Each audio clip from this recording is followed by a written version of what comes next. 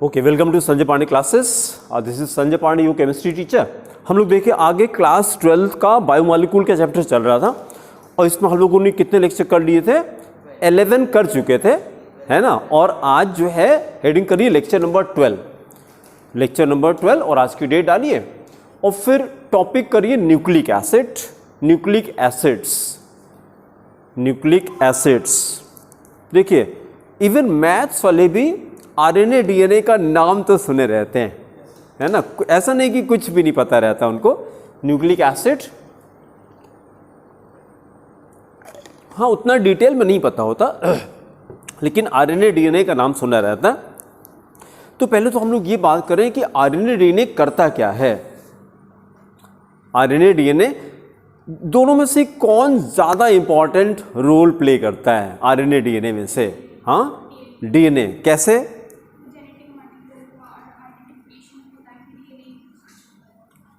मतलब और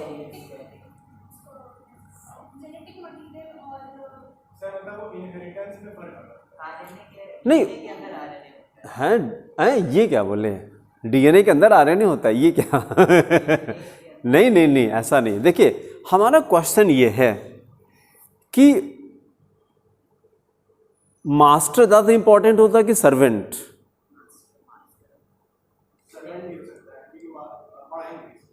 नहीं, हर एक केस में, हर एक केस में, हर एक केस में भाई आपने उसको काम दिया, आपका सर्वेंट है और नहीं आज तबीयत खराब है नहीं जाएंगे आज आप क्या करेंगे भाई? आपके भाई बहन, छोटे भाई बहन को स्कूल छोड़ना था उसे, अब उसकी आज नहीं मन है, तबीयत खराब है या कुछ भी बहाना बना दिया तो आप क्या करेंगे? नहीं, काम तो नहीं हुआ आपका ना, काम तो नहीं हुआ आपका ना। तो मतलब दोनों इंपॉर्टेंट है, दोनों इंपॉर्टेंट है और हमको तो लगता है कि आरएनए ज्यादा इंपॉर्टेंट है। क्यों? क्योंकि देखिए डीएनए का जो काम है वो जेनेटिक, वो कोडिंग करेगा, डीएनए वो कोडिंग करेगा और आरएनए क्या करेगा? उसका जो DNA just like a instruction manual, उसने डायरेक्शन दे दिया, ये करना ये करना ये करना ये करना। किसको डायरेक्शन दिया? आरएनए को डायरेक्शन दिया।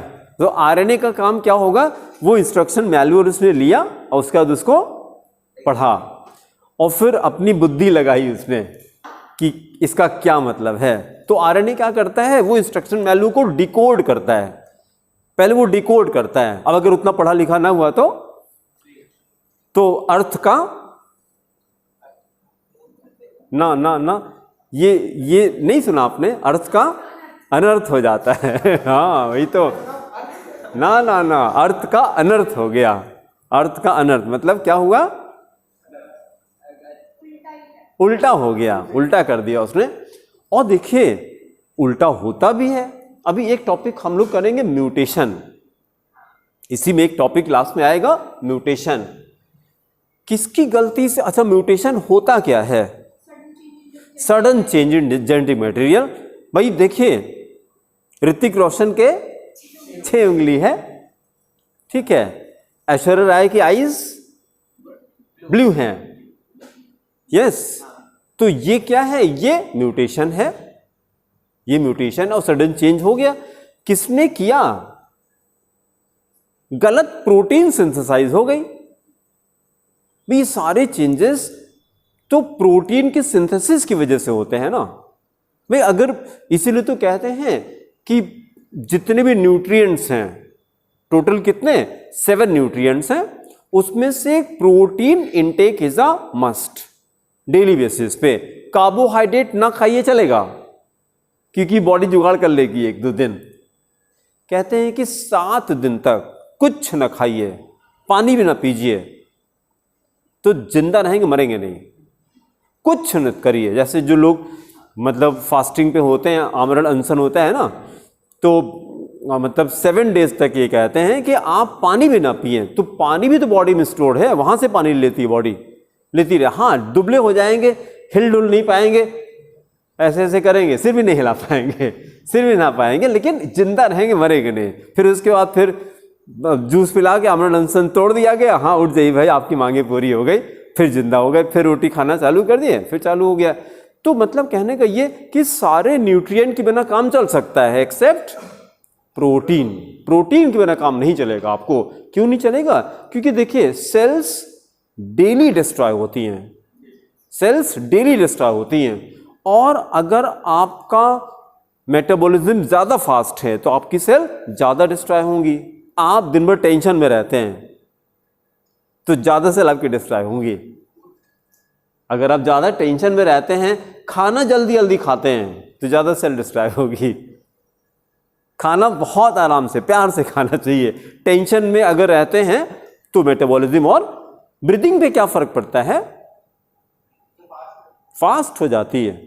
जो लोग गुस्सा करते हैं, ज्यादा गुस्सा करते हैं, उनकी ब्रीदिंग फास्ट हो जाती है और एजिंग उनकी कम, ज्यादा दिन जिंदा रहेंगे। कम क्या? हमने कहा एज, हमने एज नहीं कहा, हमने एजिंग कहा।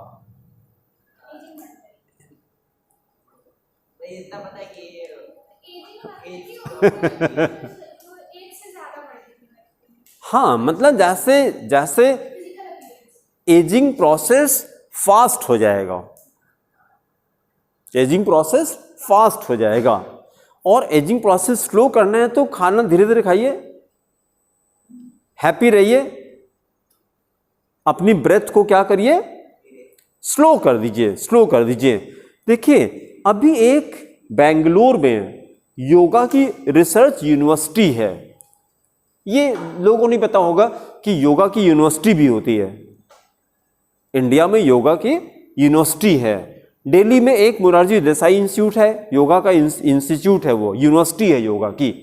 और फिर इसी तरह से बिहार में एक मुंगेर स्कूल ऑफ योगा है, वो वहाँ पे रिसर्चेज होती हैं, यूनिवर्सिटी है योगा की। फिर एस व्यासा है, स्वामी विवेकानंद करके है, Swami Vivekananda S Vyasa full form नहीं आ रहा, विवेकानंद करके है, एस व्यासा शॉर्ट में कहते हैं, रिसर्च यूनिवर्सिटी। तो उन्होंने रिसर्च किया है कि only with the help of breathing आप वेट लॉस कर सकते हैं।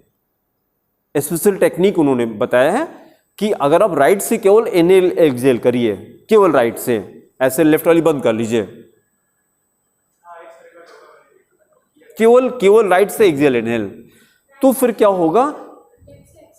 नहीं, वो तो अनुलोम विलोम उसको कहते हैं। लेकिन अभी जो बात कही जा रही है कि लेफ्ट को मैंने बंद कर लिया और केवल राइट से इनहेल एक्सहेल, एक्सहेल इनहेल, पूरा इसी से कर रहे हैं, पढ़ाई कर रहे हैं और अपना लेफ्ट वाली नोज बंद किया हुआ है, तो पढ़ाई भी कर रहे हो, वेट भी कम हो रहा है दोनों काम साथ में हो रहा है। उसका रीजन है, उन्होंने कहा कि जब राइट नॉस्ट्रिल से इनहेल एक्सहेल करते तो कैटाबॉलिक रेट बढ़ जाता है। ये रिसर्च किया, कैटाबॉलिक रेट बढ़ जाता है। कैटाबॉलिक रेट में क्या होगा? सेल डिवीजन, मतलब सेल्स ज्यादा डिस्ट्रॉय होंगी। जैसे छोटे बच्चों का एनाबॉलिक ज्यादा होता है कि कैटाबॉलिक? हाँ, उसको क्या कहते हैं? उसको एनाबॉलिक कहते हैं। जिसमें बनता है उसको एनाबॉलिक कहते हैं। जैसे अभी आपका एनाबॉलिक ज्यादा होगा, आपका एनाबॉलिक ज्यादा है क्योंकि बॉडी में डेवलपमेंट हो रहा है, ग्रोथ हो रही है। फिर इसका जैसे जैसे उम्र बढ़ती है तब कैटाबॉलिक ज्यादा होता है। फिर रिंकल्स आते हैं, बाल पकेंगे, फिर उसके बाद झुक के चलना शुरू होगा, स्पाइनल कॉर्ड बेंड होने लगती है धीरे धीरे करके। तो लेकिन हम चाहें तो ब्रीदिंग से उसको कंट्रोल, इसलिए तो डेली अनुलोम विलोम करना चाहिए, दोनों बैलेंस रहेगा, एनाबॉलिक कैटाबॉलिक दोनों बैलेंस रहेगा, दोनों का बैलेंस रिक्वायर्ड है। तो मतलब कहने का ये कि रिसर्चेज होती हैं। तो उसी तरह से यहां पे देखा हमने कि क्या रीजन है कि डीएनए और आरएनए का बैलेंस होना चाहिए, डीएनए आरएनए का बैलेंस होना चाहिए। डीएनए ने क्या किया? उसने तो कोडिंग करके छोड़ दिया, और फिर आरएनए क्या करता है? उसको डिकोड करेगा, उसका उस पर वर्क करेगा। और आरएनए का मेन वर्क क्या है? तो आप बोलेंगे प्रोटीन सिंथेसिस। आरएनए का मेन काम है प्रोटीन सिंथेसिस। पूरी बॉडी में प्रोटीन ही प्रोटीन तो है। बाल की कोई प्रॉब्लम है तो ये प्रोटीन की प्रॉब्लम है, स्किन में हीलिंग नहीं हो रही है, प्रोटीन की प्रॉब्लम है, hormones, enzymes they are all chemically proteins. जो हॉर्मोन्स हैं, अगर हार्मोन इम्बैलेंस होता है तो मेटाबॉलिज्म पे कोई फर्क, अरे बिल्कुल पड़ेगा यार। अगर इंसुलिन हार्मोन है कि नहीं, insulin is a hormone, insulin is a hormone. अब अगर इंसुलिन डिस्टर्ब है, सेक्रेट नहीं हो रहा है, ठीक है, इंसुलिन के देखिए, इंसुलिन को ये करते हैं कि मेन वर्क क्या है इंसुलिन का, शुगर को मेटाबोलाइज करना, शुगर को मेटाबोलाइज करना, या और सिंपल लैंग्वेज में शुगर को सेल तक पहुंचाना, शुगर को सेल तक पहुंचाना। जो जैसे बायो वाले नहीं है, मैथ्स वाले हैं, तो उनके लिए सिंपल सा एक्सप्लेनेशन देखिए। जैसे सपोजिंग ब्लड वेसल है हमारी, है ना, ये ब्लड वेसल है, और आपने जब कोई चीज खाया, रोटी खाया आपने, वो ग्लूकोज में कन्वर्ट हुई, और वो ग्लूकोज कहाँ गया, इंटेस्टाइन में गया। हाँ, अभी ब्लड में जाएगा इंटेस्टाइन के थ्रू हो करके, ठीक है। उसके बाद फिर ये शुगर ब्लड में आ गया, ये शुगर ब्लड में आ गया। लेकिन शुगर की जरूरत है, यहां पर भी है, ब्लड के अंदर भी तो सेल्स हैं, लेकिन उससे ज्यादा तो बॉडी के ये जो पार्ट्स हैं यहां पे है, तो ग्लूकोज को यहां आना चाहिए ना। अगर ग्लूकोज हाथ पे नहीं आ रहा तो हाथ उठेगा कैसे, ग्लूकोज ब्रेन में नहीं जा रहा है तो ब्रेन काम कैसे करेगा, और उसको ले कौन जाता है, तो ब्लड के through, it is a transport medium. लेकिन फिर ब्लड से उठा करके ये सेल है हमारी, सेल तक कौन लाएगा, इंसुलिन लाता है, ये इंसुलिन लाता है, ठीक है। अब अगर इंसुलिन शैतानी शुरू कर दिया शैतानी मतलब शुरू कर दिया, उसी को इंसुलिन रेजिस्टेंस कहते हैं, इंसुलिन रेजिस्टेंस कहा जाता है। कि जैसे आपने क्या किया, आपको लग रहा है यार कुछ वीकनेस लग रही है, फिर खाने लगे, तो आपके दिमाग में कि एनर्जी आती है खाने से, और ये दिमाग में नहीं पता जब तक खाना डाइजेस्ट नहीं होगा आपको एनर्जी नहीं देता है। ज़्यादा खाने से भाई डायबिटिक पर्सन्स के साथ सबसे बड़ी प्रॉब्लम है कि all the day they feel tired, क्योंकि ग्लूकोज मेटाबोलाइज नहीं हो पाता। क्यों नहीं हो पाता है, तो इंसुलिन, यस, हाँ। अब देखिए मिसकंसेप्शन हम लोग के दिमाग पे क्या है, क्योंकि हमारी तो वही क्लासेस चलती है ना, डायबिटीज रिवर्सल की क्लासेस चलती है हमारी, तो हमारी क्लास में हमको बताया जाता है कि इंसुलिन बनाती है बॉडी। ये मिसकंसेप्शन है कि उनको इंसुलिन बंद हो गया, ये गलत है।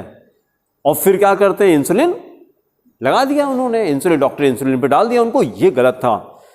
आप ये बताइए, प्रॉब्लम ये थी, अच्छा एक काम ये करते हैं, एक दिन उनको नहीं देते इंसुलिन चेक करने के लिए, तो देखते हैं जिंदा रहते हैं कि नहीं रहते वो। अगर जिंदा है मतलब इंसुलिन बन रही है हैं, बोले, हाँ, नहीं, ऐसा आप ये बताइए कि मान लिया आप मेडिसिन पे हैं, इंसुलिन पे हैं, और किसी रीजन से कर्फ्यू लग गया, नहीं आ पा रही इंसुलिन, ट्रांसपोर्टर ने स्ट्राइक कर दिया, ट्रांसपोर्ट नहीं हो पा रहा है, तो इसका मतलब कि पूरा इलाहाबाद मर जाएगा, अब पूरा इंडिया मर जाएगा। अगर अमेरिका से दवा आनी थी और नहीं आ पाई, आपको पता है कि जब डॉक्टर्स स्ट्राइक करते हैं तो डेथ का रेट कम हो जाता है।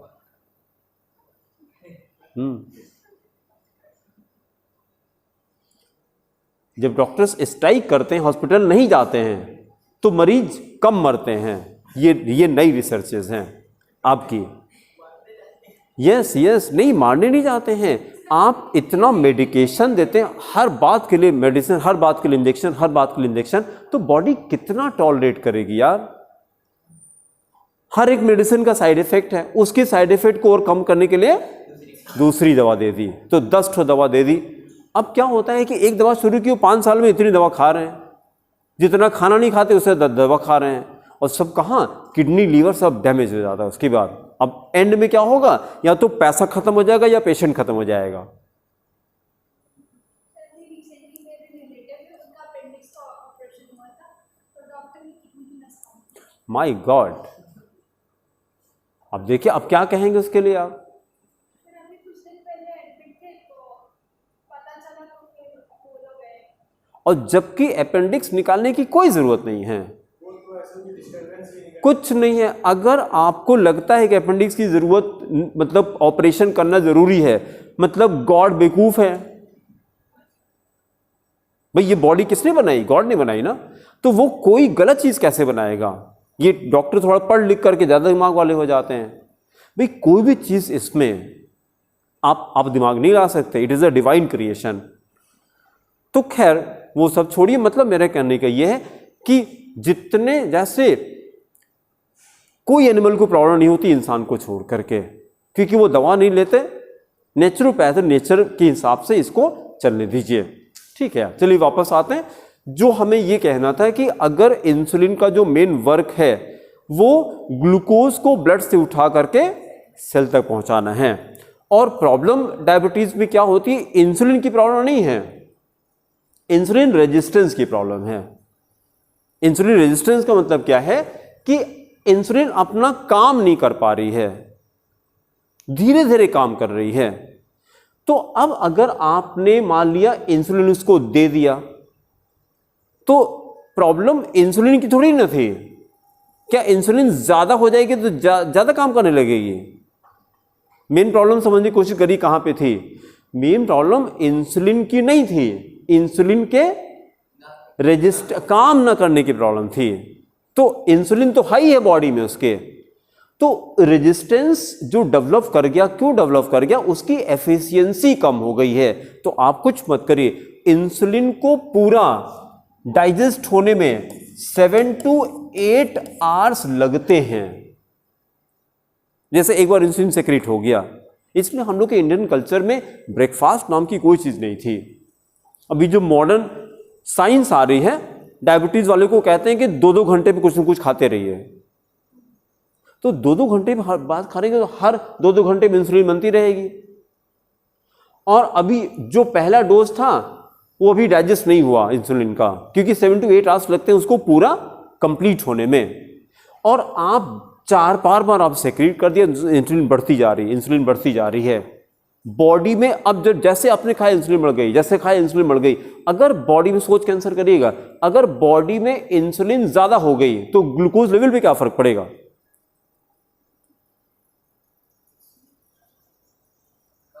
कम हो जाएगा। बहुत अच्छा। अब चांसेस ज्यादा हैं अगर जो लोग इंसुलिन अलग से लेते हैं, एक तो बॉडी बना रही थी, ऐसा नहीं होता कि बॉडी नहीं बनाती है, क्योंकि लास्ट ईयर मैंने एक पेशेंट को ट्रीट किया है, वो 5 साल से इंसुलिन ले रहे थे और मैंने इंसुलिन उनकी बंद कर दी है। मैंने इंसुलिन, हाँ बेटा, नहीं आज कहाँ, फ्राइडे को होगी बेटा, सर ने तो बताया था ना।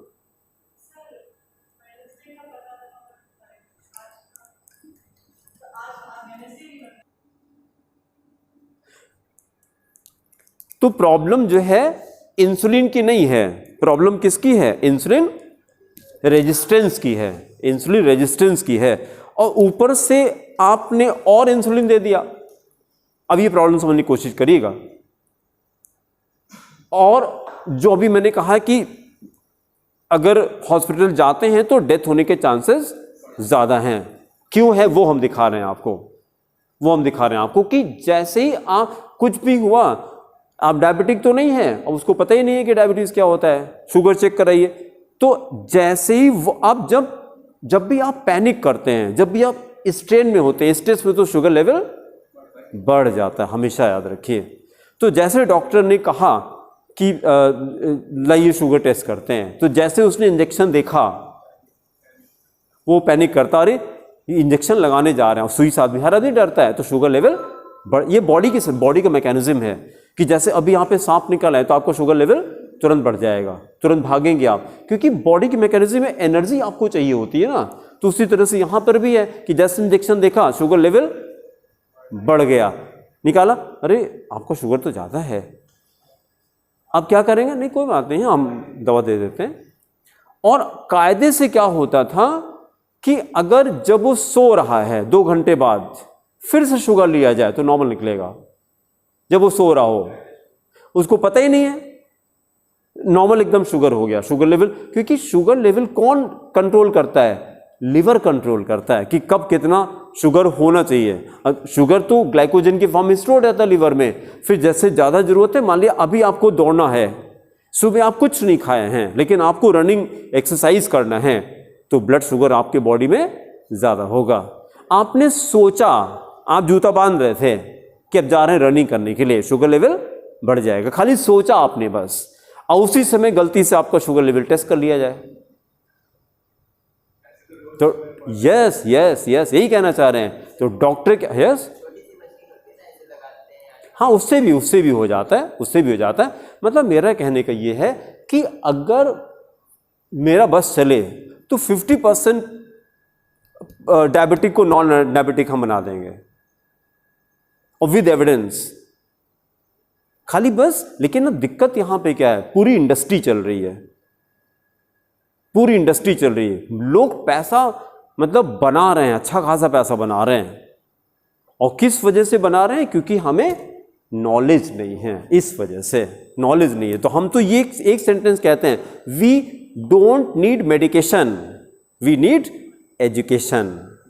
वी नीड, जैसे छोटी सी बात हमने आपको समझा दिया, छोटी सी बात कि इंसुलिन बॉडी में बनती है। कैसे पता बनती है भाई? अगर दवा किसी रीजन से किसी दिन भूल गया आदमी, तो अगले दिन मर थोड़ी ना जाता है वो। शादी में गया, दवा लेना भूल गया कि यार वो दवा रखना भूल गए, तो मर नहीं जाता वो। 1-2 दिन अगर नहीं खाया दवा तो इसका मतलब इंसुलिन बन रही है, सब तो ठीक है मामला। तो इंसुलिन बनती है, खाली उसका इंसुलिन में रेजिस्टेंस आ जाता है। तो एक तो खाली हम एक काम कर लें कि जो फ्रीक्वेंसी ऑफ डाइट है उसको कम कर दें। ये जो 2-2 घंटे पे खाना है इसको कम कर दीजिए आप। हाँ, कम से कम नहीं, अभी देखिए कितनी डिजीजेस हैं, ये तो आप नई रिसर्चेस आ रही हैं। अगर आप 12 आवर्स की फास्टिंग करते हैं तो 50% डिजीज आपकी खत्म हो जाएंगी। इस पे जापान को नोबेल प्राइज मिला है फास्टिंग के लिए। जापान को नोबेल प्राइज मिला, जो इंडिया का एजुकेशन था। ये व्रत तो हमारे कंट्री का था ना, हर बात पे फास्टिंग होती है, हर बात पे फास्टिंग। जब फास्टिंग होती है तो हीलिंग फास्ट होगी कि स्लो होगी? फास्ट हो जाती है, याद रखिएगा। इसलिए रात को हीलिंग ज़्यादा होती है, रात को हीलिंग ज़्यादा होती है। जब आप खाना खाते हैं तो डाइजेशन स्टार्ट हो जाता है, हीलिंग प्रोसेस स्लो हो जाता है। किसी भी आप डॉग को आप ऑब्जर्व करेगा, आज से कभी ऑब्जर्व करेगा, उसकी जरा भी तबीयत खराब होती है, सबसे पहला काम जानते क्या करता है? वो खाना छोड़ता है।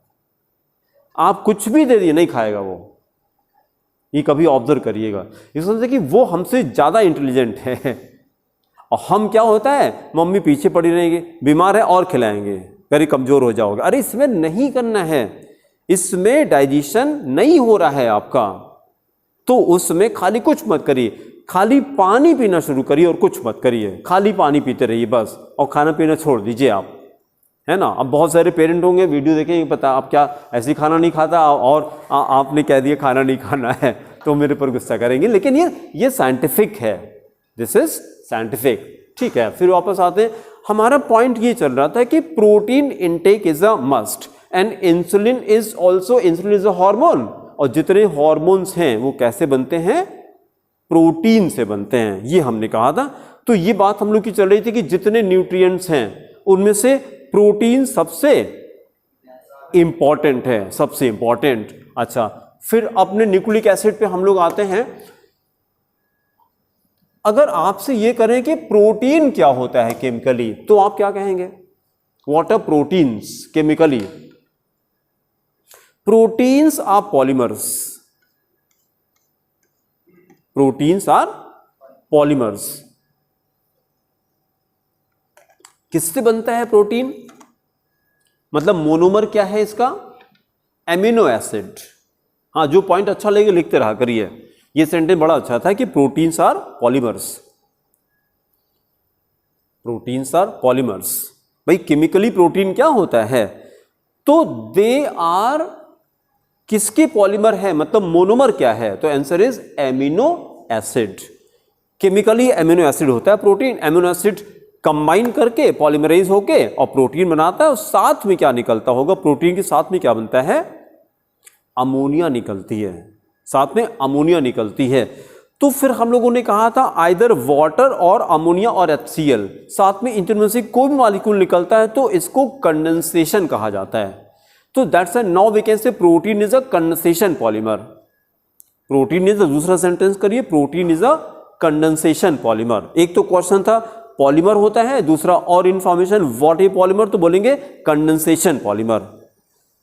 Protein is a condensation polymer.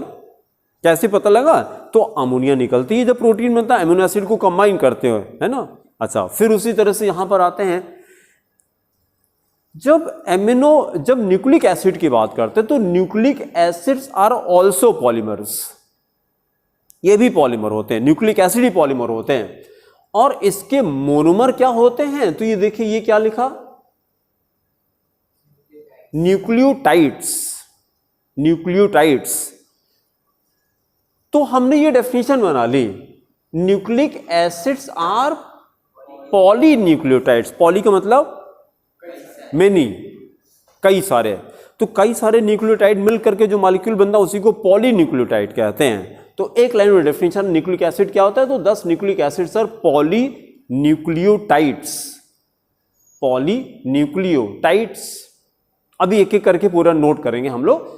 जहां पे जैसे हम जा रहे थे कि मैथ्स वाले को दिमाग में बना रहता है यार तो बायो है, अब पता नहीं, हमको तो कुछ समझ में आता नहीं है, बायो वाले के, मैथ वाले के दिमाग बना रहता है ये तो बायो की चीजें हैं। तो हम एकदम सिंपल सा करना चाह रहे हैं कि आपको भी लगे हाँ यार ये तो हम समझ में आ रहा है, बायो का है लेकिन समझ में आ रहा है। तो ये हमने कहा है कि न्यूक्लिक एसिड क्या होता है, तो nucleic acids are polymers, nucleic acids are polymers.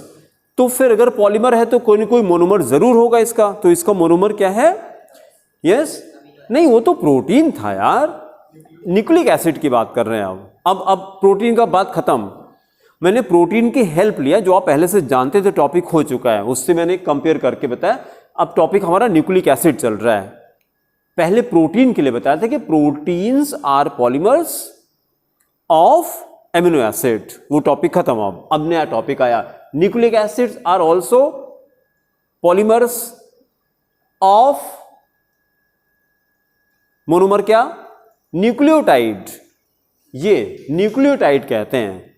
इससे अब कई सारे न्यूक्लियोटाइड होंगे तो मिलकर के क्या बनाएंगे, पॉलीन्यूक्लियोटाइड। तो एक लाइन की डेफिनेशन आ गई कि न्यूक्लिक एसिड्स आर, बोलिए, पॉलीन्यूक्लियो, नहीं पॉलीमर तो ठीक है, और आगे चले तो किसका, यस, पॉलीन्यूक्लियोटाइड हो गया।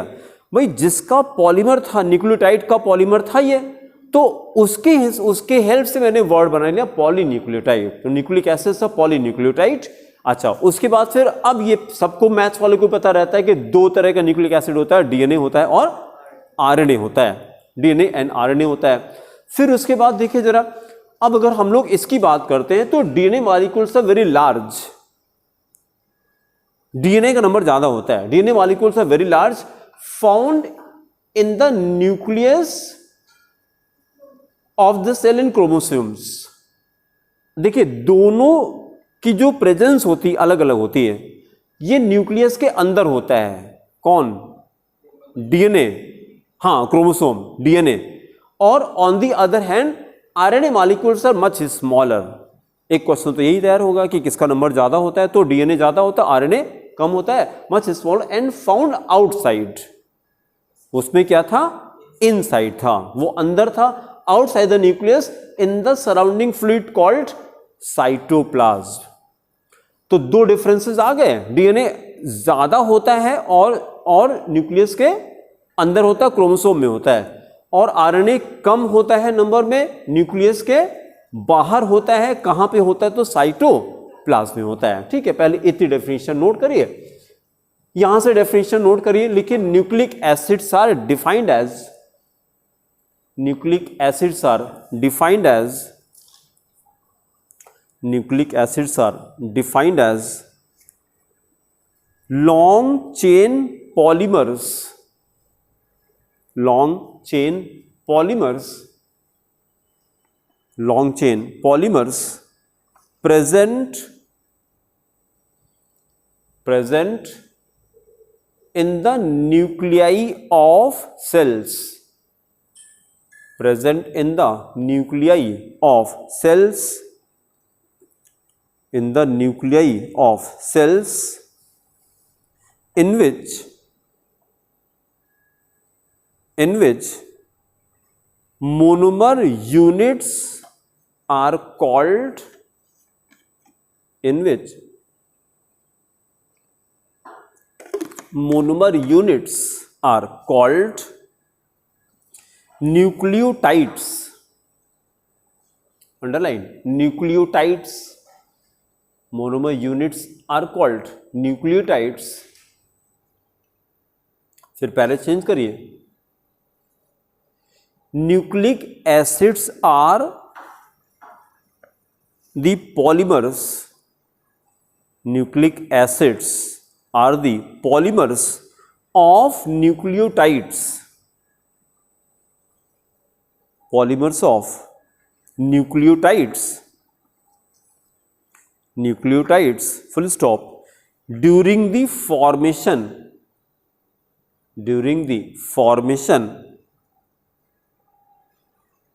of a nucleic acid molecule, during the formation of a nucleic acid molecule,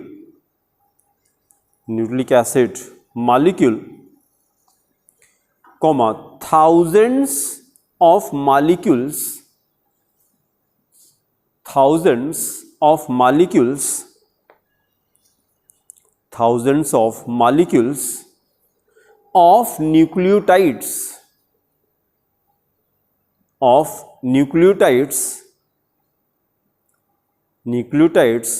undergo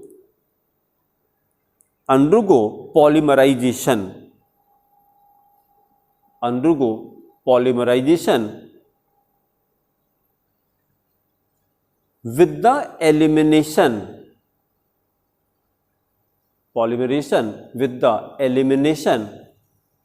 of, क्या निकलता है, water molecule, of water molecules. अब फाइनल डेफिनेशन हो गई, full stop. Thus nucleic acids are polynucleotides. Nucleic acids are polynucleotides. एक line की definition बन गई, न्यूक्लिक एसिड्स ऑफ पॉलीन्यूक्लियोटाइड्स. फिर पैरा चेंज करिए, कितनी तरह की न्यूक्लिक एसिड है, दो तरह की. क्या नाम है, डीएनए एंड आरएनए. फिर पैरा चेंज करिए, there are two types of nucleic acids. There are two types of nucleic acids.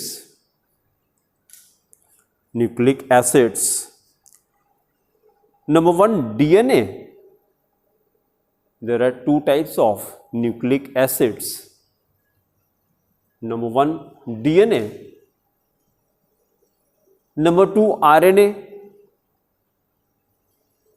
DNA and RNA. Full form तो सबको पता रहता है आई थिंक, और कई फुल फॉर्म हम लोग यूज नहीं करते, सब जगह डीएनए आरएनए ही लिखा रहता है. ज्यादातर हर जगह हम लोग यही बोलते हैं ना, बोले में डीएनए आरएनए ही बोला जाता है. Ribonucleic acid deoxyribonucleic acid है. फिर para change, DNA molecules are very large. DNA molecules are very large. DNA molecules are very large and found. DNA molecules are very large and found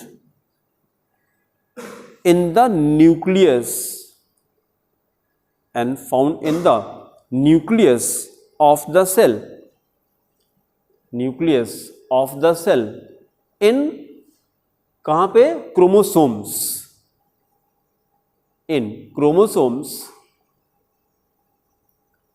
chromosomes, ये sentence बड़ा informative है, मतलब दो question इसमें दिखाई पड़ रहे हैं कि एक तो डीएनए आरएनए में से किसका नंबर ज़्यादा होता है और कहाँ पे होता है।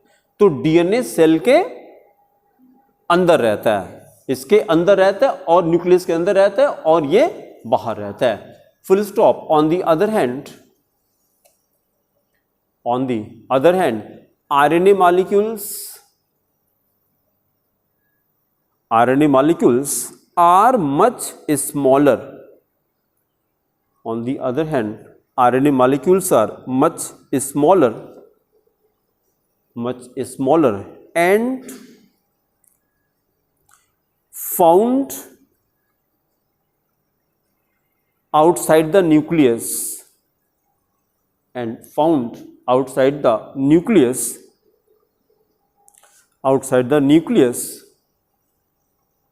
then comma in the surrounding fluid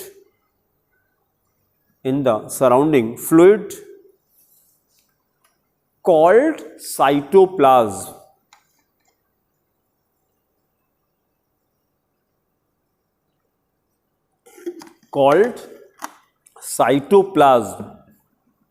वहां क्रोमोसोम्स को अंडरलाइन करिएगा, यहां साइटोप्लाज्म को अंडरलाइन करिए, दोनों की लोकेशन हो गई। फिर नेक्स्ट हेडिंग करिए, composition, chemical composition of nucleic acid.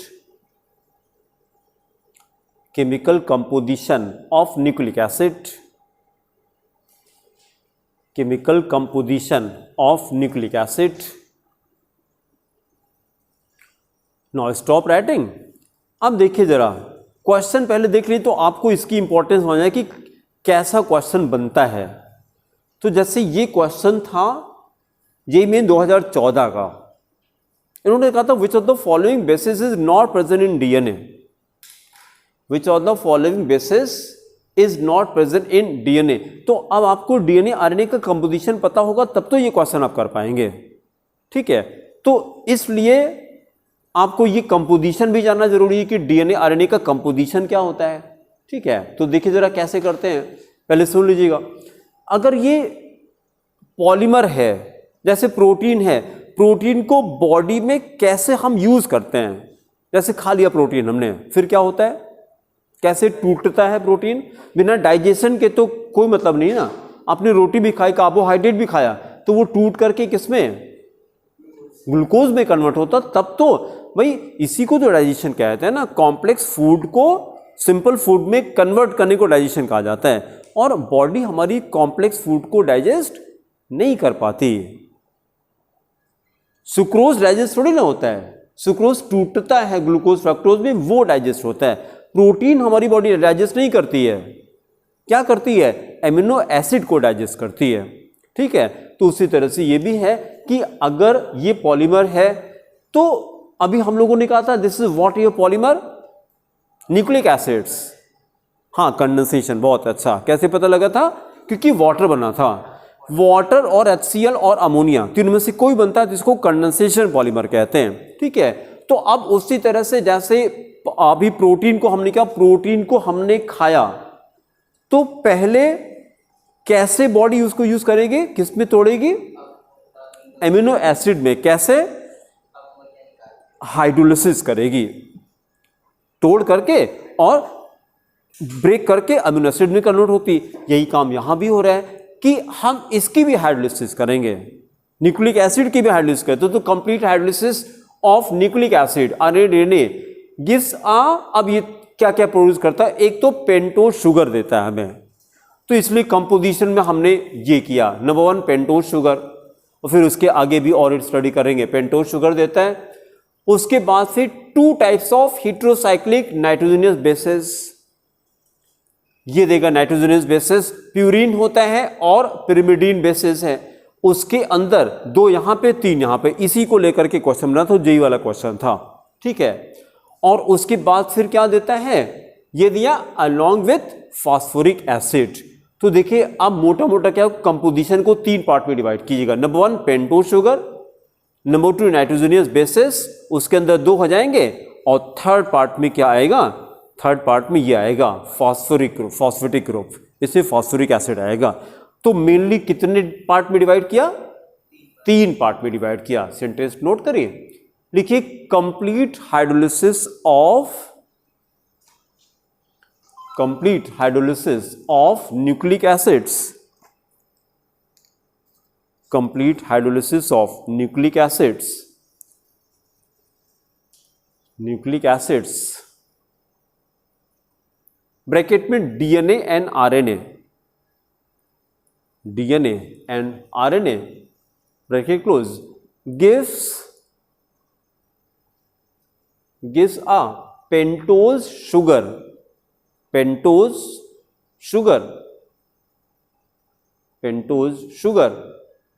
Bracket में लिखिए राइबोज इन आरएनए, जो पेंटोज शुगर होता है, ribose in RNA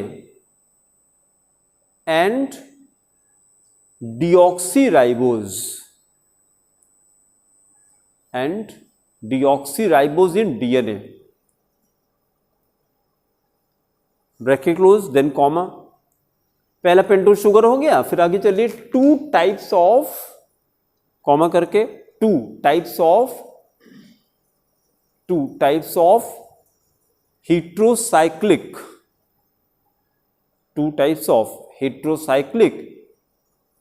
nitrogenous bases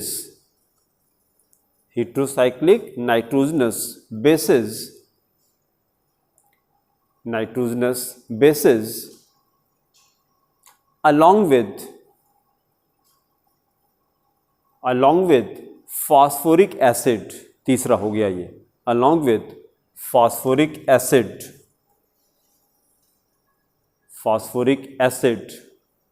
full stop। Thus a nucleotide consists of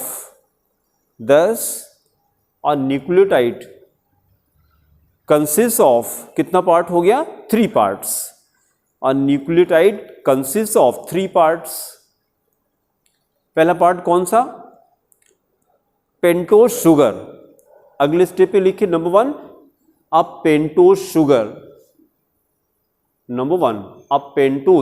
sugar. Then write a sentence, the sugar present in RNA, इसकी पहले bracket में लिखा था हम लोगों ने, उसी को डिटेल में कर रहे हैं आप।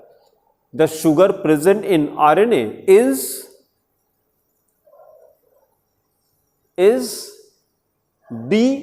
डी का मतलब डेक्स्ट्रो लियो होता है ना, डी राइबोज, जिसको पहले खाली राइबोज हमने लिखा था, अब उसको और डिटेल में कर रहे हैं, D ribose and in DNA is D-2-deoxyriboz, ये भी डेक्स्ट्रो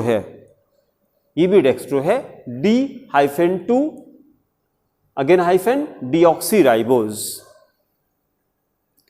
फिर सेकेंड पार्ट जहां पे ज्यादा क्वेश्चन मिलेंगे आपको, number 2 is nitrogen bases,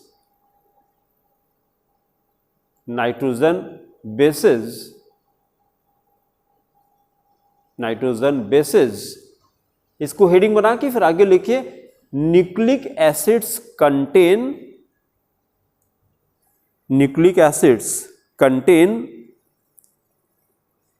2 types of bases।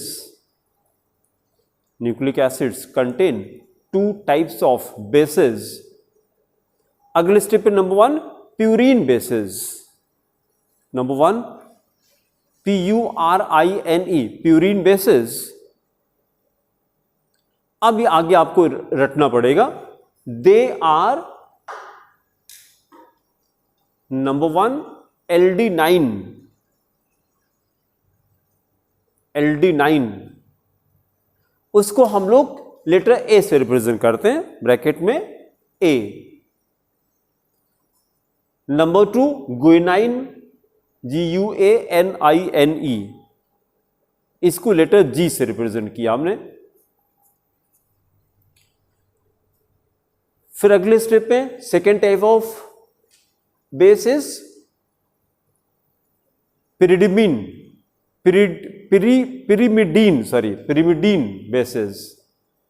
Pyrimidine bases. इसको हेडिंग बना के फिर नीचे लिखे, दे आर, 3 है। नंबर 1 साइटोसिन, कैपिटल सी से रिप्रेजेंट करेंगे। Then second is thymine, T से रिप्रेजेंट करेंगे। एंड नंबर 3 यूरेसिल,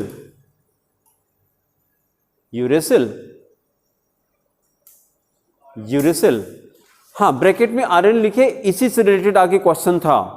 तो आपको पता लगे कि जैसे ये देखिए डीएनए में 4 होता है, ये पहला 4 डीएनए में होता है और ये आरएनए में होता है, इसीलिए मैंने अलग से पॉइंट लिखा, नोट करके लिखा, डीएनए कंटेन्स 4 बेसेस। ये रटना है आपको, डीएनए कंटेन्स 4 बेसेस।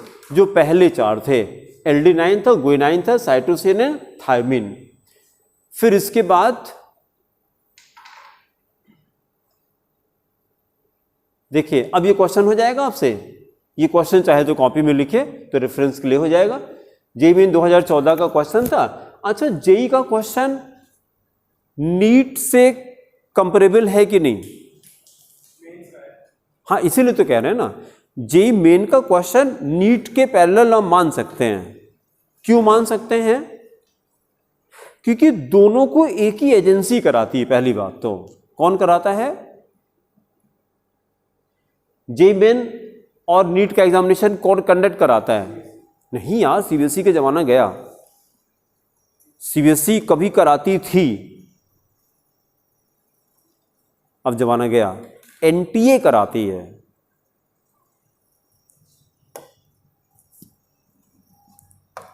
एनटीए, थोड़ी थोड़ी इंफॉर्मेशन आपको रहनी चाहिए, एनटीए कराती है, ठीक है।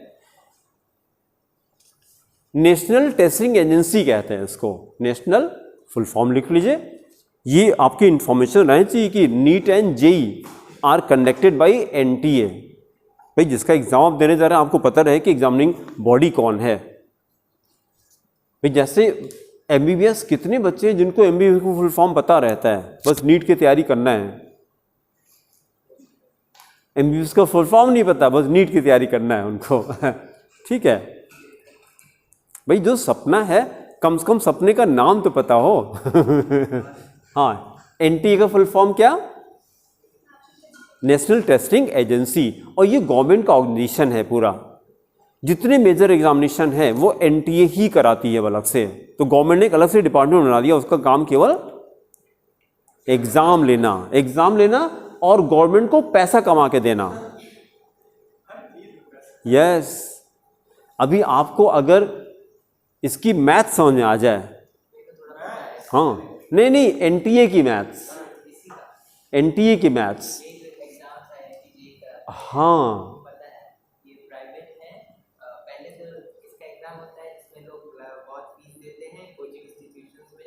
हाँ एग्जाम प्राइवेट ये होता है, आईआईटी एक प्राइवेट की है, हाँ, और उसका एग्जाम तो देते हैं, और वही चीज गवर्नमेंट की यूनिवर्सिटीज जो होती है उसमें सस्ते हो जाता है। हाँ नहीं, एक चीज और भी जो हम बताना चाह रहे थे आपको कि सपोजिंग मान लिया 500 वैकेंसी निकाली गवर्नमेंट की, किसी पोस्ट के लिए 500 वैकेंसी निकाली और 10 लाख लोगों ने फॉर्म भर दिया।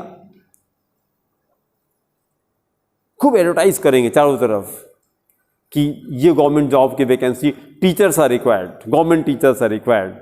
तो अब इसमें अनएम्प्लॉयमेंट तो हाई है, तो अब सबसे क्या किया उन्होंने, 1-1 हज़ार रुपये लिया,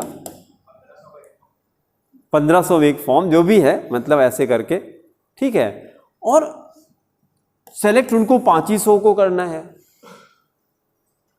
सेलेक्ट 2500 का करना है। तो जब आप मैथ्स लगा के देखेंगे कि 500 ये जो सिलेक्शन होने जा रहा है, इनकी एज कितनी होगी इस समय? नहीं, जो गवर्नमेंट जॉब के लिए अप्लाई कर रहे हैं 25 से 30 के बीच में। और इसका मतलब कि कितने दिन गवर्नमेंट को उनको सैलरी देनी है? 20 से 30 साल, वो डिपेंड करेगा एज क्या। 60 पे आपको हटा दिया जाएगा, ठीक। 25 के नहीं कर सकते हैं, मतलब एवरेज हम बता रहे हैं कि लोग, ऐसा नहीं कि फर्स्ट रिटायरमेंट में हो भी जाते हैं, कुछ हो भी जाते हैं, ऐसा भी नहीं है। तो मेरा कहना है कि जब आप उसका पैसा कैलकुलेट करेंगे तो हमको लगता है गवर्नमेंट ने हमको जॉब दे दिया, और ये दिखाई नहीं पड़ता कि गवर्नमेंट ने हमसे पैसा कमाया है। किससे? फॉर्म भरा करके, और वो दिखाई नहीं पड़ता आपको। अरबों खरबों रुपया इनमें डिपॉजिट हो जाता है। इनकी सैलरी काटने के बाद वो 20 साल की जो सैलरी देनी थी, और ये सैलरी तो 20 साल में देनी है, और ये पैसा तो 20 साल पहले आ गया उसके पास। इसका इंटरेस्ट 20 साल में, इसका इंटरेस्ट भी तो होगा। अगर ये, भाई आप देखिए, अगर 7 करोड़ रुपया इंडियन करेंसी में नोबेल प्राइज का अमाउंट होता है, अगर नोबेल प्राइज मिल जाए आपको तो इंडियन करेंसी में 7 करोड़ होता है। इसको खाली आप बैंक में डाल के सो जाइए तो 7 करोड़ कहते हैं किसको? हम ये बताना चाह रहे हैं, 7 करोड़ इसको कहते हैं कि रोज सुबह आपके अकाउंट में 10,000 रुपये ट्रांसफर होगा। इसको 7 करोड़ कहते हैं। ऐसे समझना तो 7 करोड़ किसको कहते हैं? 7 करोड़ इसको कहते हैं कि इसको डाल के सो जाइए आप, और प्लस ये कैपिटल आपकी बनी है। 7 करोड़ तो कोई, वो तो कैपिटल बनी है, वो तो प्रिंसिपल अमाउंट था। ये उसका क्या था? ये उसका इंटरेस्ट था। डेली का जो इंटरेस्ट बन रहा है वो आपको डेली सुबह सुबह, good morning sir, good morning ma'am, your payment has been transferred in account, है ना। तो आपको सुबह जब खुलेंगे तो मैसेज सुन के अच्छा लगेगा ना। ये तो अब गवर्नमेंट को बहुत पैसा मिल जाता है, लेकिन वहां तक दिमाग में नहीं आता हमारे कि गवर्नमेंट को क्या बेनिफिट होता है जब वैकेंसी निकालती है। तो इसलिए एनटीए अलग से बना दिया। अच्छा, इसके पहले सीबीएसई कराती थी, वो अच्छे से मैनेज नहीं कर पा रही थी। आईसीएसई को तो फटकने नहीं दिया जाएगा। वो उनको कभी नहीं दिया गया, सीबीएसई को दिया गया था कराने के लिए। काफी दिन तक सीबीएसई ने कराया था इसको, लेकिन सीबीएसई के पास ऑलरेडी इतना काम है और उतना बढ़िया गवर्नमेंट पैसा उनसे मिल नहीं रहा था। हाँ, मेन बात पैसा है। भाई प्राइवेटाइज क्यों करती है गवर्नमेंट? कि पैसा मिलता है, उसको पैसा मिलता है। अभी यूनिवर्सिटीज में हर जगह सब प्राइवेटाइज होता जा रहा है, सब कॉन्ट्रैक्ट बेसिस पे टीचर हायर हो रहे हैं, सब प्राइवेट होता जा रहा है। अब मतलब, और फिर भी देखिए, आप गवर्नमेंट जॉब के चक्कर में परेशान हैं, गवर्नमेंट अपने चक्कर में परेशान है, आप अपने चक्कर में परेशान हैं। आपको समझे में नहीं आ रहा है कि आप गवर्नमेंट के भरोसे जा रहे हैं और वहाँ वो बेच रही है, आपको पता ही नहीं कि आप भी बिक जाएंगे। भाई जब मान लिया बैंक रेलवेज को बेच दिया उसने, तो जितने एम्प्लॉइज है प्राइवेट हो जाएंगे ना। अगर अंबानी को बेच दिया तो अब अंबानी के हिसाब से आपको काम करना पड़ेगा। अब वो नहीं चलेगा कि 10:30 बजे 12 बजे चले आ रहे हैं। हाँ, अब वो बायोमेट्रिक लगी है, अगर 10 बजे 10 बजे के 1 मिनट हुआ तो एब्सेंट हो गए आप। तो अब बायोमेट्रिक, हाँ ये तो अब प्राइवेट में तो ऐसे ही चलेगा फिर। हाँ, वहाँ प्रोडक्शन ज़्यादा होगा फिर, ठीक है। चलिए, तो मतलब हम ये कहने चाह रहे थे कि ये दिमाग से निकाल दिए कि जेई का क्वेश्चन है, कि नीट वाले सोचते हैं कि ये क्वेश्चन तो हमारे लिए है नहीं, तो ये मैंने बताया जी नहीं, क्वेश्चन है, प्लस दोनों एक ही एजेंसी कराती है। हाँ, एडवांस का क्वेश्चन अलग होगा, जेई के एडवांस का क्वेश्चन नीट के लेवल का नहीं होगा, लेकिन मेन का क्वेश्चन उसके लेवल का है क्वेश्चन। हाँ, ये भी कह सकते हैं, ठीक है। ये वाला क्वेश्चन कॉपी में कंप्लीट कर लिए। Which one of the following, अब तो शायद आंसर आप कर भी लेंगे। विच वन, हाँ ठीक है। Which one of the following basis it is not present in DNA, इसमें से कौन सा डीएनए में नहीं होता है? डीएनए में नहीं होता है। तो पहले देखिए, अभी हम लोगों ने क्या कहा था, 4 बेसिस डीएनए में होते हैं। एल्डिनाइन है, गुआनिन है, साइटोसिन है और थायमिन है। तो आप देखिए जरा कौन सा नहीं होता है। साइटोसिन है, थायमिन है, गुआनिन है और एडेनाइन है। यही अलग नाम लग रहा है, ठीक है। चारों ऑप्शन लिखिए। फर्स्ट ऑप्शन साइटोसिन, साइटोसिन, फिर thymine, second option thymine, second option thymine, third option quinoline, quinoline, quinoline and adenine, adenine. Answer कर लीजिए, थर्ड वाला आंसर है quinoline is the answer. Structure बेटा देखना पड़ेगा, उतना डिटेल में आपको करना नहीं है अभी, इतना डिटेल में, क्योंकि केमिस्ट्री है ये, बायो की क्लास नहीं चल रही है, उतना डिटेल में नहीं जाना है बेटा। ये हमको नहीं पता है अभी, वो तो बुक में काफ़ी डिटेल में दिया है, ठीक है भाई। आप ये भी देखें कि केमिस्ट्री की क्लास है ये, और मैथ्स के बच्चे बैठे हैं क्लास में, तो ज़्यादा करेंगे बेचारे पागल हो जाएंगे। ये देखिए हम लोगों ने क्या कहा था, इसके अंदर 3 पार्ट होते हैं ना, पेंटोज शुगर है, नाइट्रोजनस बेस है, और थर्ड कौन सा, हेडिंग करिए फॉस्फेटिक ग्रुप। 3 मिला के कंपोजिशन कंप्लीट हो जाएगा। Third part is phosphatic group. Then he writes a nucleotide possesses a nucleotide possesses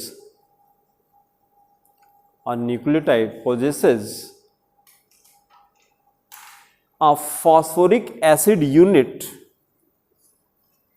a phosphoric acid unit, phosphoric acid unit, full stop. This unit is responsible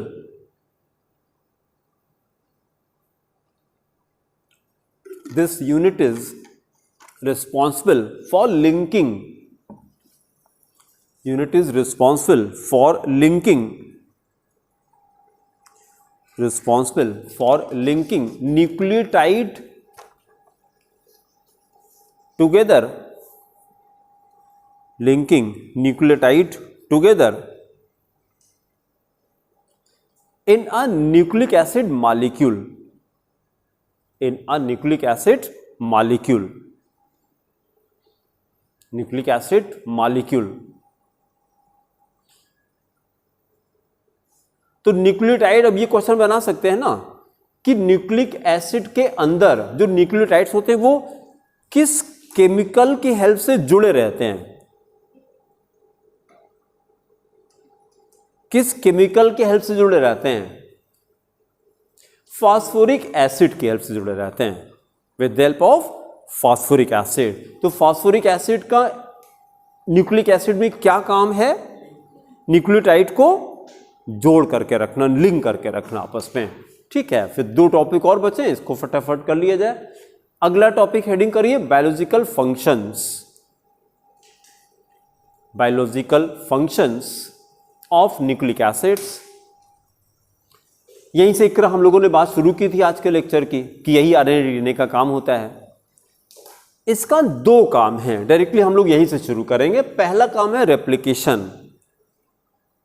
replication मतलब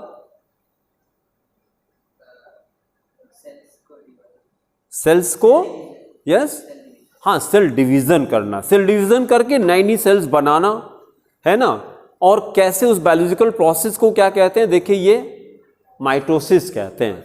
mitosis मतलब क्या होता है, एक cell 2 cell में टूट जाती है, फिर 2 सेल फिर 2 सेल बनाती है, मल्टीप्लाई होती रहती है, इसी को रेप्लिकेशन कहते हैं। और दूसरा प्रोटीन सिंथेसिस काम है इसका। ये कौन करता है, मेनली आरएनए करता है। डीएनए तो कोडिंग करेगा, लेकिन आरएनए उसको डिकोड करके फिर प्रोटीन सिंथेसिस करता है। और अगर गलत सिंथेसिस हो गई तो क्या, तो म्यूटेशन। अगर गलत सिंथेसिस हो गई तो म्यूटेशन, फिर डीएनए हाथ खड़ा कर देगा, नहीं हमने तो नहीं कहा था, आपने उसका गलत मीनिंग समझ लिया। ऐसे ही मैथ्स के कोई सर आते थे तो उन्होंने बहुत बढ़िया लगाया था, नहीं शायद आकाश सर ने लगाया था, ऐसे उनके व्हाट्सएप स्टेटस उन्होंने लगाया था कि I am not responsible what you understand, I am responsible what I teach. हाँ ऐसे वो नहीं लगाया था ना, हाँ मतलब मैथ्स के लिए बायो में लगाया था। हाँ तो ये बड़ा बढ़िया सेंटेंस था कि भाई आपने क्या समझा उसके लिए हम जिम्मेदार नहीं हैं, हम जिम्मेदार हैं मैंने क्या पढ़ाया। तो डीएनए भी वही कह रहा है कि आप जिम्मेदार, म्यूटेशन के लिए हम जिम्मेदार नहीं हैं, हमने तो कोडिंग बढ़िया करके दिया था, आपने उसको गलत डिकोड कर लिया। जैसे देखिए आपने कहानी सुनी होगी अकबर बीरबल की कहानी, 1 मिनट की सुन लीजिए। ये कहा कि बीरबल बड़ा ही टैलेंटेड था, बड़ा ही टैलेंटेड था, और वो एक डबल मीनिंग की बातें करता था, समझना बड़ा मुश्किल था। तो अब उन्होंने डायरेक्शन दिया कि कुछ ट्रांसपोर्ट गाड़ियां जा रही थी और कुछ डिप्लोमेटिक लैंग्वेज आपको यूज़ करना है, तो उन्होंने कहा रोको मत जाने दो, रोको मत जाने दो। तो उसने रोक लिया सारी गाड़ियों को। अब अकबर एकदम नाराज हो गया, मैंने कहा था रोको मत जाने दो, कि नहीं साहब आपने कहा था रोको मत जाने दो, रोको मत तो ये कॉमा का डिफरेंस आ गया। तो आप क्या, आपने रोको मत जाने दो मतलब जाने दो, और रोको मत जाने दो मतलब मत जाने दो, रोक लो, दोनों का मतलब ये हो गया। तो ऐसे म्यूटेशन उसका रिजल्ट हो जाता है। ठीक है, चलिए जल्दी से कंप्लीट कर लिया जाए। नंबर 1 लिखिए रेप्लिकेशन, 2 वर्क हैं इसके। Number 1 replication, replication, right. A cell possesses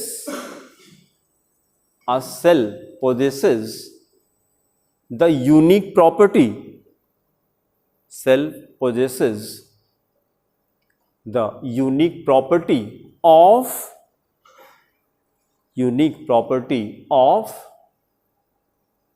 dividing itself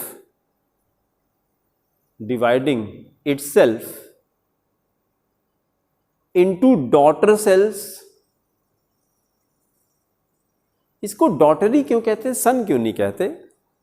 daughter cell, sun cell क्यों नहीं कहते इसको? गलत बात है ना। हाँ बोलिए डॉक्टर साहब, बोलिए। हाँ बोलिए, हाँ बोलिए, हाँ बोलिए बोलिए बोलिए। डॉटर सेल ही क्यों?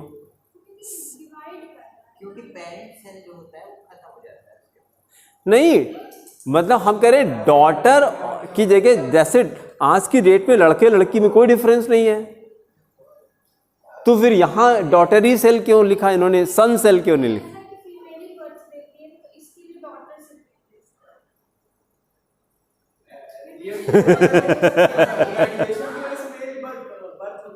हाँ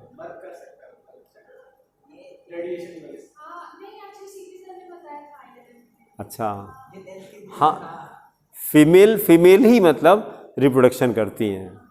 चलिए कोई बात नहीं, इतने चलिए ठीक है ना। इनटू डॉटर सेल्स ब्रैकेट में माइटोसिस, इसी को माइटोसिस कहते हैं, mitosis bracket close then comma, each having the same characteristic, each having the same characteristic, each having the same characteristics as that of the parent cell, as that of the parent cell, that of the parent cell, full stop. This unique phenomena is possible, this unique phenomena is possible through the ability of DNA molecule, through the ability of DNA molecule to form two replicas, to form two replicas of itself, two replicas of itself during cell division,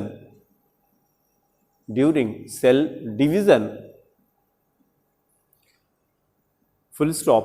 This process is known as replication.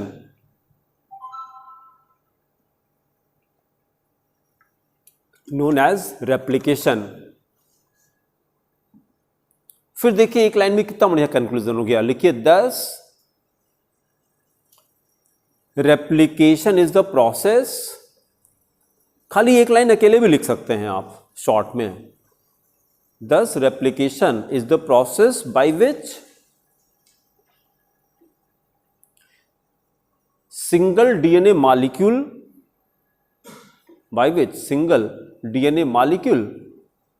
produces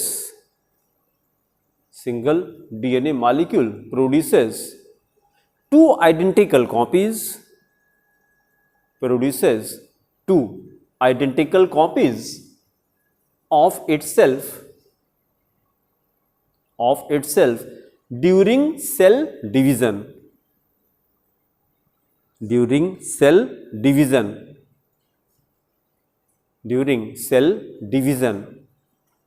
Now stop writing. अब इसकी importance क्या होगी, अगर जैसे अब तो सब लोग फैमिलियर हो गए डीएनए टेस्ट, ये टर्म सब लोग जानते हैं डीएनए टेस्ट। डीएनए टेस्ट से क्या पता लग जाता है, बायोलॉजिकल पेरेंट का कंफर्मेशन हो जाता है, बायोलॉजिकल पेरेंट का कंफर्म हो जाता है। हो सकता है आपने एनडी तिवारी का नाम सुना हो, यस नो, एनडी तिवारी, आज जाके घर पे सर्च कीजिएगा।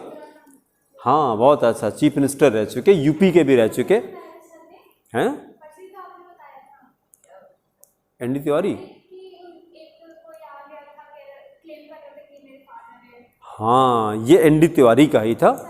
चलिए सुनिए कहानी सुन लीजिए, बहुत इंटरेस्टिंग कहानी है और आपको मतलब नॉलेज होना भी चाहिए डीएनए टेस्ट से क्या हो जाता है। तो उन्होंने जब वो चीफ मिनिस्टर थे यूपी के, एनडी तिवारी, खाली आप यूट्यूब पर डालिएगा एनडी तिवारी तो आपको पूरी कहानी मिल जाएगी, बहुत ही इंटरेस्टिंग आपको लगेगा। और बाद में वो पौंडीचेरी के गवर्नर भी रहे, at the age of 90s के आसपास पौंडीचेरी के गवर्नर थे। और ये घटना थी 35 साल पहले, किसी से उनका अफेयर था जब वो चीफ मिनिस्टर थे यूपी में, तब उनका अफेयर था, उससे एक बच्चा पैदा हुआ। लेकिन उस समय इन्होंने, क्योंकि चीफ मिनिस्टर थे तो नहीं, टाल नहीं दिया, कहाँ एफआईआर लिखी जाएगी, कौन लिखेगा एफआईआर। और काफ़ी उसने प्रोटेस्ट किया, लेकिन सुनेगा कौन, जो आप चीफ मिनिस्टर खुद ही हैं तो फिर क्या है, दबी रही फाइल। वो बच्चा 35 साल का हो गया, वो बच्चा 35 साल का हो गया। अब जब वो यूपी से हट गए और वो कांग्रेस के थे, अब पूरी गवर्नमेंट ही चेंज हो गई, अब उसने फिर कोर्ट में कार्यक्रम चालू किया, फिर डीएनए टेस्ट हुआ, डीएनए टेस्ट हुआ तो कंफर्म हो गया कि हाँ यही फादर हैं इसके। अब मजेदार चीज़ देखिए, अब वो ये कह रहा है कि हमको प्रॉपर्टी नहीं चाहिए, हमको पैटर्निटी चाहिए। मतलब क्या, पैटर्निटी मतलब कि हमको, मतलब आप मेरे फादर हैं, हाँ आप मतलब लीगली आपको एक्सेप्ट करना पड़ेगा, हमको पैटर्निटी चाहिए, मतलब पेरेंट हैं आप हमको। जैसे मैटर्निटी होता है ना मदर के लिए, उससे लिए फादर के लिए पैटर्निटी होता है, कि पैटर्निटी होता है। फिर लास्ट में उनको उस लेडी से 92 के एज में शादी करनी पड़ी, अगर ना करते तो जो गवर्नर थे वो तो चले जाते आप, क्योंकि क्राइम कमिट किया आपने ना। तो अब उन्होंने 92 की एज में शादी के, सारी वीडियोस हैं यूट्यूब पर, और वो मतलब उसमें हिल डुल नहीं पा रहे हैं, जब बैठे हैं शादी के टाइम पे हिल डुल नहीं पा रहे हैं, फेरा नहीं ले पा रहे हैं, खड़े होकर के चल नहीं पा रहे हैं, लेकिन शादी करनी पड़ी है फिर। लेकिन वो कन्वर्सेशन आप सुनेंगे ना कि फादर और सन का जो कन्वर्सेशन होता है कि अपने मुंह से एक्सेप्ट नहीं कर रहे हैं कि तुम मेरे फादर हो, तुम मेरे लड़के हो। ये ईगो था, सब हो रहा है, सब कुछ हो रहा है। तो लेकिन फिर हमको लगा कि डीएनए टेस्ट से क्या हो जाता है, आप नहीं अब कर सकते कि नहीं ये आप मेरे लड़के नहीं हैं। फिर पूरी प्रॉपर्टी में पूरा डिवीज़न हुआ, तो सक्सेशन से सारा जो कुछ था उनका, वो एनडी तिवारी खत्म हो गए, डेथ भी हो गई, तो सारी प्रॉपर्टी उस बच्चे को मिल गई। ठीक है, चलिए वापस चलते हैं, नंबर 2 करिए, 5 मिनट में खत्म कर दिया। प्रोटीन सिंथेसिस, नहीं, कानून से बढ़ के कोई नहीं है ना, तो इसलिए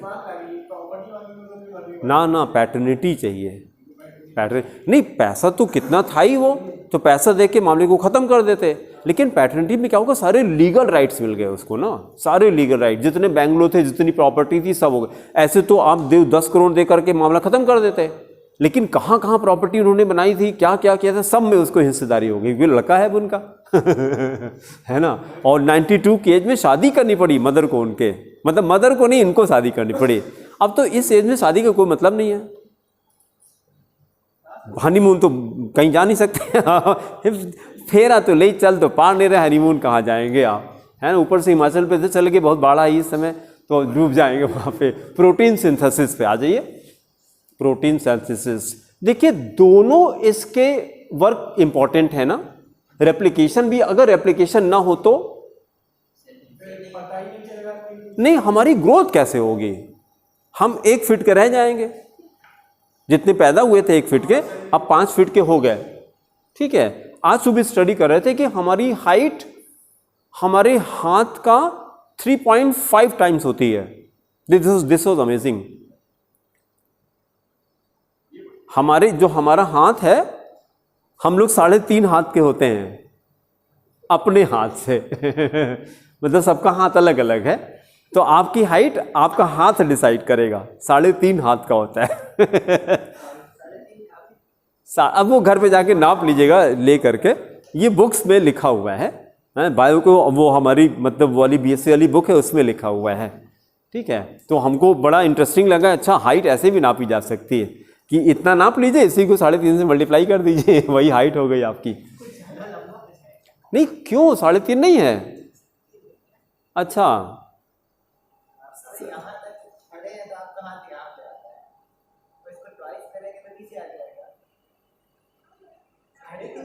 इतना ही तो है यार ये, और इतना नहीं जोड़ रहे हो, आधा नहीं होगा ये, नहीं 2.5, अब पता नहीं, अब बुक में तो अब पता नहीं, बुक में ऐसा लिखा था 3.5 हाथ की बॉडी है। चलिए इसको कंप्लीट कर लिया जाए, देर हो रही। प्रोटीन सिंथेसिस लिखिए, another important biological function, another important biological function of DNA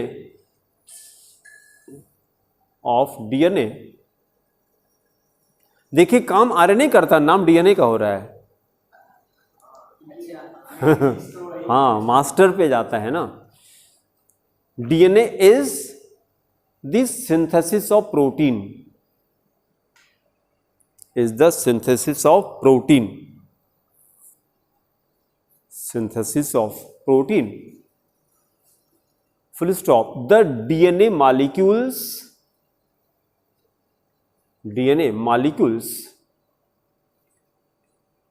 existing in chromosomes, DNA molecules existing in chromosomes hold the code for protein synthesis,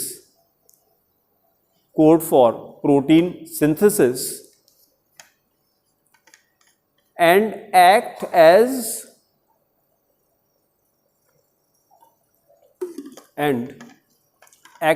instruction manual,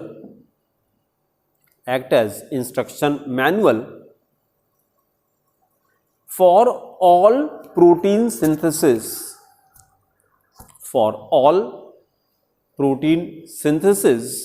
in the cell,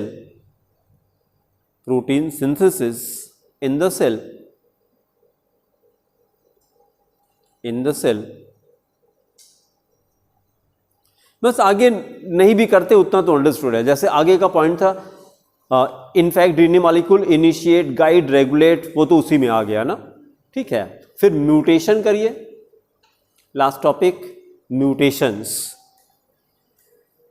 सबसे बढ़िया example mutation का बताना हो तो क्या, हाँ mutation का example कोई, जैसे अभी हमने क्या बताया था, उसकी एक शक्ल मतलब एक उसकी मेन शक्ल है तो एक साइड में। हाँ, ये भी कह सकते हैं। या डॉग्स में कलर का वेरिएशन हो गया, एक ही साथ 7 बच्चे पैदा हुए, एक काला है, एक सफ़ेद है, एक लाल है। नहीं देखते हैं, डॉग होते हैं तो एक कुत्ता एकदम ब्लैक है, एकदम ब्लैक है, एक एकदम वाइट है, एक चितकबरा भी है उसी में। कई तरह के डॉग पैदा होते हैं ना, तो म्यूटेशन हो गया। या एक ही भाई बहन है यार, मतलब एक ही साथ ट्विंस पैदा हुए हैं, ट्विंस पैदा हुए हैं, फिर भी चेंजेस हो जाते हैं। आईज ऐश्वर्या राय की तरह हो गई, ब्लू हो गई, पूरी तरह से भी नहीं। हाँ, 6 उंगली हो गई, 6 उंगली हो गई, है ना। अब उसमें कुछ नहीं कह सकते हैं, वो प्रोटीन सिंथेसिस हो गई। या हेयर ब्राउन हो गए ब्लैक की जगह पर, हैं। हाँ, वो भी कह सकते हैं। तो ये बाई बर्थ वो उसी समय, तो म्यूटेशन की वजह से होता है। ठीक है, नोट करिए, म्यूटेशन इज डिफाइंड एज, नहीं एक्सटर्नली कैसे, वो परमानेंट नहीं होगा। कैसे? हाँ, तो नहीं टेस्ट ट्यूब बेबी हुआ, लेकिन अंदर तो सेल डिवीजन ही से तो होगा। अंदर एक बार किया ना, उसका माइटोसिस तो सेल ही करेगी। एक बॉक्स आता है ना जिसमें बायो में पढ़ते हैं, जिसमें कि क्या फीचर्स होंगे, वो सब। जैसे मान लीजिए एक प्लांट है तो वो बड़ा होगा कि शॉर्ट होगा, उसका एक क्रॉस बनता है। हाँ, उसी को चेंजेस कर देते हैं, पॉसिबिलिटीज उसी बेबी के डीएनए। अच्छा, हाँ, तो अब साइंस है, अब क्या कहा जाए भाई। टेस्ट ट्यूब बेबीज अब पैदा हो रहे हैं, टेस्ट ट्यूब बेबी। या सैरोगेट मदर आपने सुना हो, सैरोगेट मदर क्या होता है?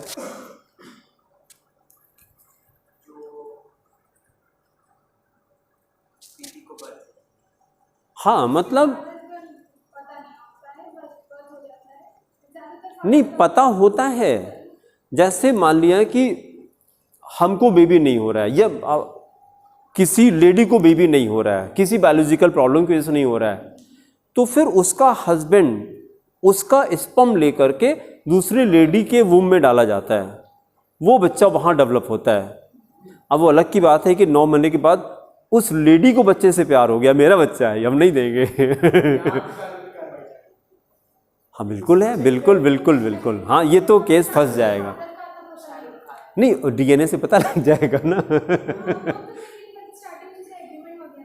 हाँ, अब कुछ उतना हमको टेक्निकल नहीं पता है, होता होगा डिटेल, बट सैरोगेट मदर वही होता है। ठीक है, चलिए।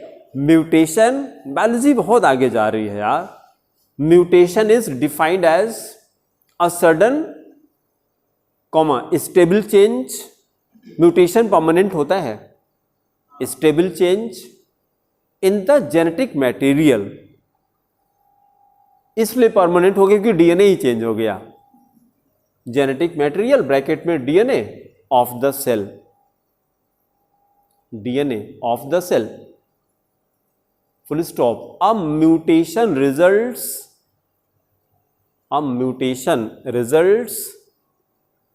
देखिए किस वजह से हुआ, due to an alteration, due to an alteration of the genetic code contained in DNA molecule,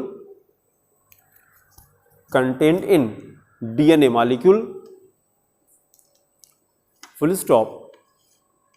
This may lead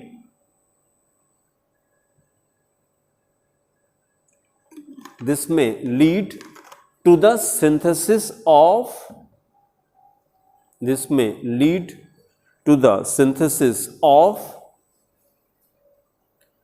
protein with the new amino acid sequence, full stop.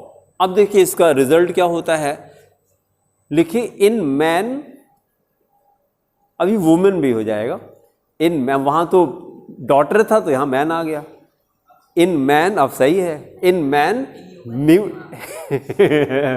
In man mutations cause, in man mutations cause variations in the color of hair, variations in the color of hair, then comma eyes and skin pigmentation etc.